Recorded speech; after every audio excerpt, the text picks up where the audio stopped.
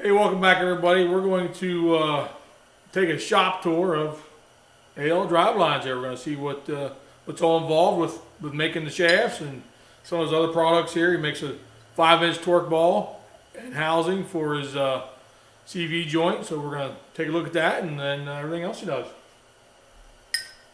Aaron, what do we got here? Give us a little tour of what you got going on here. Oh, this is just a little bit of inventory. It's build season right now, so we're not totally stocked up, but we have 44 Magnum spline ends. Same as what you run here, 32 spline. Even some 16 spline This stuff. looks bigger than mine.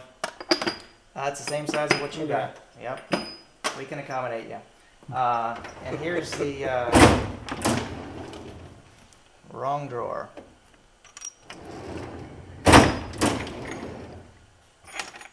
This is the new female spline end that we use for the CV joints. The CV has a male stub shaft that hangs off the engine, and the front of the drive shaft has this female spline, so these are really cool.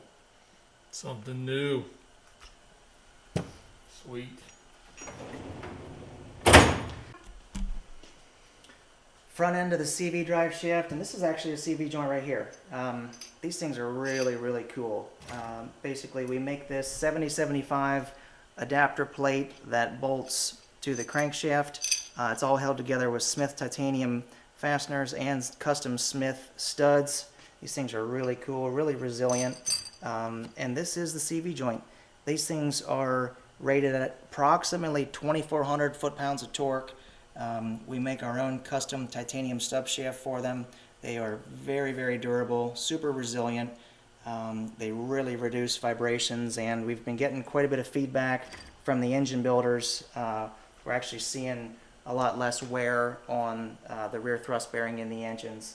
That's just how much these things are absorbing what's taking place in the driveline. So, in our opinion, this is the future of sprint car drivetrain technology.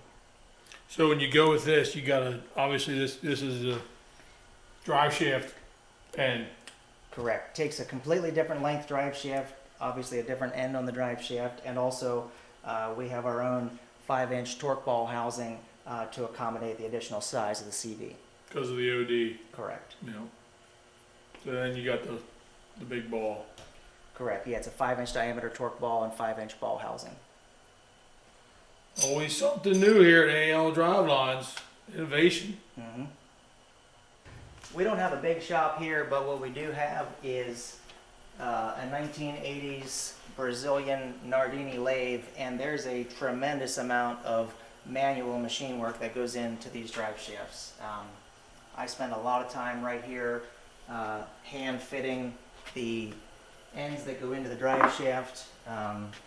Each one is fit by hand and certainly welded by hand as well by me. How long does it take you to build a drive shaft? If I'm absolutely flying, I can build and machine one drive shaft and get it on the front porch by the time UPS gets here. So that's per day, one per day. One per day. Wow, Tremendous amount of hand work involved. interesting.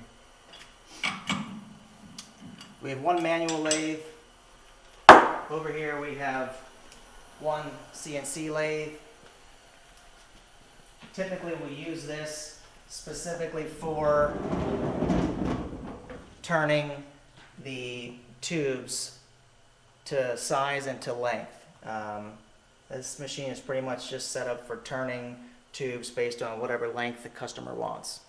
So you put the raw material in there and you cut it down. That is correct. This is used specifically for turning the outside concentric to the inside of primarily the gun drilled bars.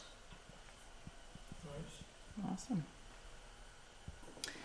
Once a customer places an order for a specific length, we'll face the ends of this gun drilled bar. Okay, this goes in here.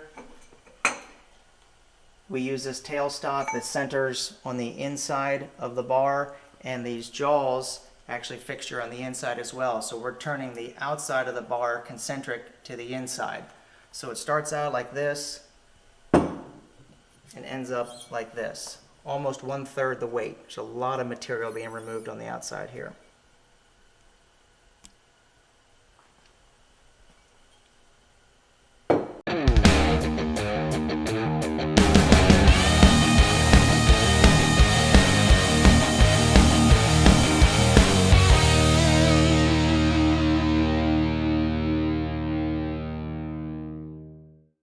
So Aaron, for the people watching at home, they're wondering what is the advantage of an AL driveline.